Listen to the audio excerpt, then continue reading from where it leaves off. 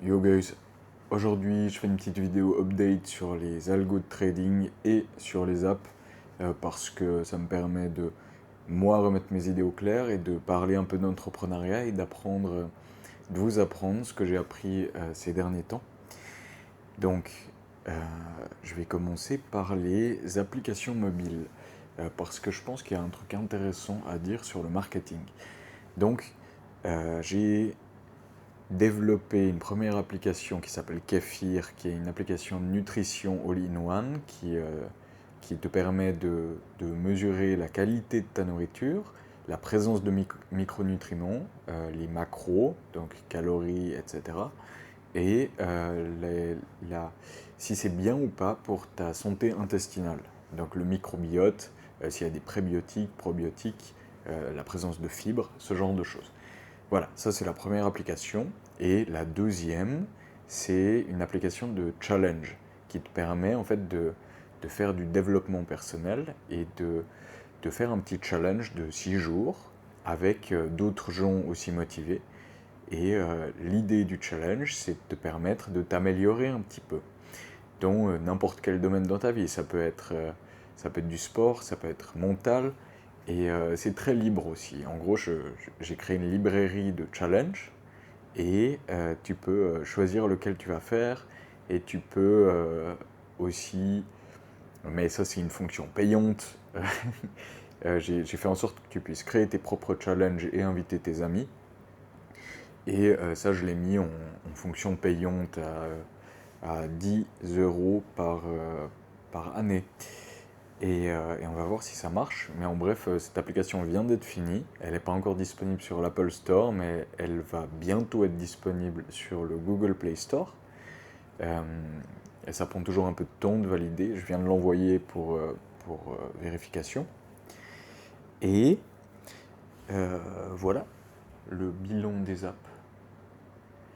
Et en gros, là j'en suis à une phase où je m'intéresse au marketing beaucoup. Je regarde ce que je peux faire, ce qui est possible. Et dans les précédentes vidéos, j'ai parlé de faire de la publicité sur TikTok ou faire de la publicité avec Google Ads. Et c'est des trucs que j'ai essayé, mais à vraiment très petite échelle. J'avais des grandes ambitions, mais je me suis rendu compte assez vite que pour l'instant j'étais pas profitable et que j'avais besoin d'un peu plus de recul pour comprendre vraiment comment faire quelque chose qui marche. Et donc j'ai très vite arrêté les pubs. Je pense que j'ai mis environ 200 euros en pub au total pour être transparent. Et je n'ai pas fait de vente. Non, j'ai mis la majorité de l'argent des pubs quand mon application était encore seulement concentrée sur la santé intestinale. Et c'est pas pour autant que j'ai pas appris beaucoup de choses.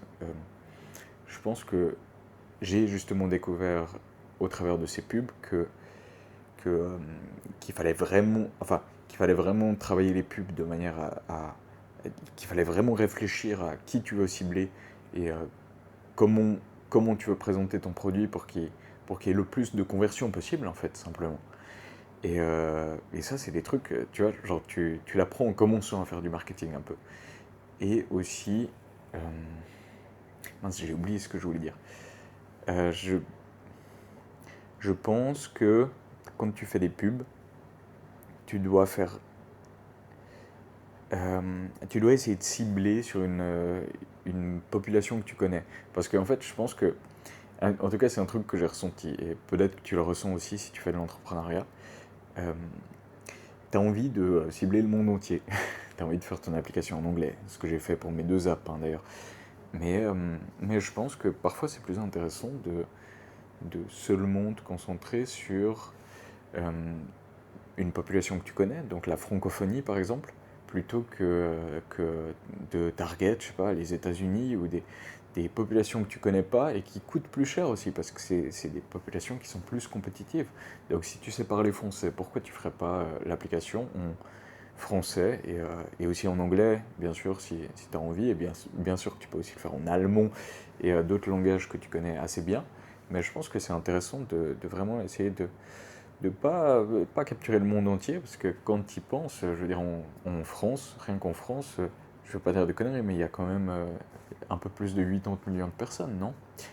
Donc peut-être que c'est intéressant de cibler seulement les marchés que tu connais le mieux au début, parce que c'est aussi moins cher et c'est une bonne manière de commencer. Pour le marketing, je voulais parler d'un truc que j'ai réalisé en créant ces deux applications, c'est que la première sur la nutrition, elle me plaît, hein. C'est un thème qui me plaît, mais c'est pas un thème qui me passionne. Et c'est pas forcément un thème où j'ai envie de faire des vidéos, par exemple, et où j'ai envie de créer du contenu organique. Et je pense que pour commencer dans le marketing, le plus simple, c'est de faire un peu de contenu organique et de tâter le terrain et d'en parler à des gens de ton application. Et si c'est quelque chose qui te tient vraiment à cœur et qui te passionne, comme du coup, dans mon cas, le développement personnel, c'est quelque chose qui est très important. Et les challenges, c'est quelque chose que j'ai toujours aimé faire. Donc en fait, je vais avoir du plaisir à faire des vidéos et à promouvoir ce produit. Parce que je le trouve chouette et c'est quelque chose que je vais utiliser personnellement. Tandis que l'application de nutrition, bah malheureusement, je ne suis pas quelqu'un qui aime traquer tout ce que je mange, etc. Donc j'ai vraiment essayé de le faire pour, pour vendre en fait. Et ça, c'est peut-être un problème, parce que quand tu arrives à la phase marketing, quand tu as fini d'avoir du plaisir et d'avoir du fun à développer ton produit, parce que c'est vraiment très fun aujourd'hui de développer un produit, de développer une application, de développer quoi que ce soit avec l'IA, quand tu arrives à cette phase de marketing, tu es un peu bloqué, parce que tu n'as pas envie de le faire en fait. Et voilà, je voulais partager ça parce que c'est un ressenti que j'ai eu très fort et qui, à mon avis, est très important. Donc si tu crées une app, essaye de faire quelque chose qui te passionne, parce que quand tu arriveras à la phase de marketing, où j'arrive bientôt avec les challenges, tu auras envie de faire plein de vidéos, tu auras envie de faire de l'organique, tu auras envie de vendre ton produit, de le mettre en avant, et ça sera beaucoup plus simple. Voilà, donc ça c'était la partie application. Et maintenant, je vais parler un tout petit peu de finance, où j'en suis, comment ça se développe. J'avais fait une courte vidéo où je racontais que j'étais dans une phase un tout petit peu compliquée, ce qui est normal hein, en finance, en trading algorithmique aussi, tu vas avoir des phases compliquées. Sur la période 2025, par exemple, j'ai fait une très belle année, hein. C'était le début de ma carrière et de ma profitabilité avec mes algos de trading. Mais j'ai eu au total 5 mois en négatif. Et là, tu te dis, mais c'est énorme, 5 mois en négatif. Mais c'est des petits mois, hein. Il faut que tu te dises que j'ai fait ma plus grosse perte. C'est quelque chose qui est normalisé, hein, ce que je vais te dire. C'est pas les performances réelles que j'ai fait, elles sont un peu supérieures. Mais avec Darwinex, tout est normalisé à. Je veux pas dire de conneries sur le calcul, mais je crois que c'est une variation de tes performances de 6,5% dans 90. Comment c'est calculé En gros, il y a 95% de chances que mes performances varient seulement de 6,5% au maximum sur un mois ou sur une période de 6 mois. Alors je sais plus, mais bref, c'est un truc comme ça. En gros, ils ont normalisé de manière à ce qu'il n'y ait pas des gens qui fassent 300% de performance en risquant tout leur capital parce que c'est dangereux pour les investisseurs. Ils veulent protéger leurs investisseurs. Bref, j'ai fait une interlude beaucoup trop longue là-dessus. En gros, j'ai eu 5 mois en négatif. Mon pire mois, c'était moins 1,62. Et du coup, sur l'année 2025, j'ai fait 16% et quelques, un truc de ce genre. Donc tu t'imagines bien que c'était des petits mois en négatif. Mais j'en ai quand même eu 5 sur 12 mois. Donc c'est une grosse proportion. Et j'ai beaucoup trop parlé pour raconter ça. Mais je voulais dire que là, ça va beaucoup mieux. J'ai fait un très beau mois de juin. Et juste, si tu commences à faire de la finance, si tu commences à faire du trading, sache que tu vas avoir des semaines ou des mois négatifs. Et c'est dur à vivre. Parce que personne aime perdre de l'argent, mais il faut que tu comprennes que ça fait partie du jeu. C'est des probabilités.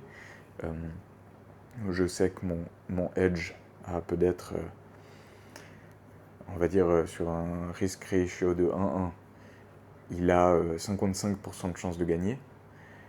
Donc ouais, c'est sympa, hein, mais dans 45% des cas, tu vas perdre. Et parfois, tu vas avoir des séries de pertes. Probabilistiquement, c'est normal.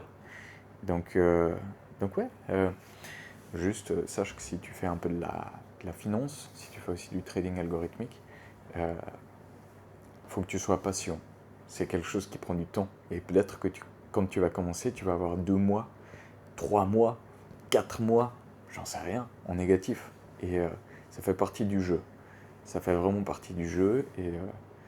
Et la meilleure manière de subvenir à ça et d'éviter le plus possible, c'est de trouver plusieurs edges. Donc créer plusieurs algos de trading sur par exemple différents marchés, basés sur différentes stratégies. Il y en a un, ça peut être du mean reversion, un, ça peut être du suivi de tendance. Et voilà, et tu fais ça, je sais pas, genre sur 3 marchés différents qui te plaisent. Le Nasdaq, le Gold et Euro GBP, par exemple.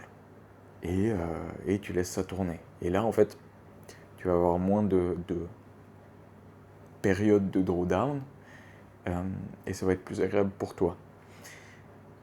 En fait, c'est la meilleure manière de faire. Si tu veux être profitable et avoir le moins de drawdown possible, il faut essayer d'être sur plusieurs marchés ou avoir plusieurs algos qui se basent sur différentes idées.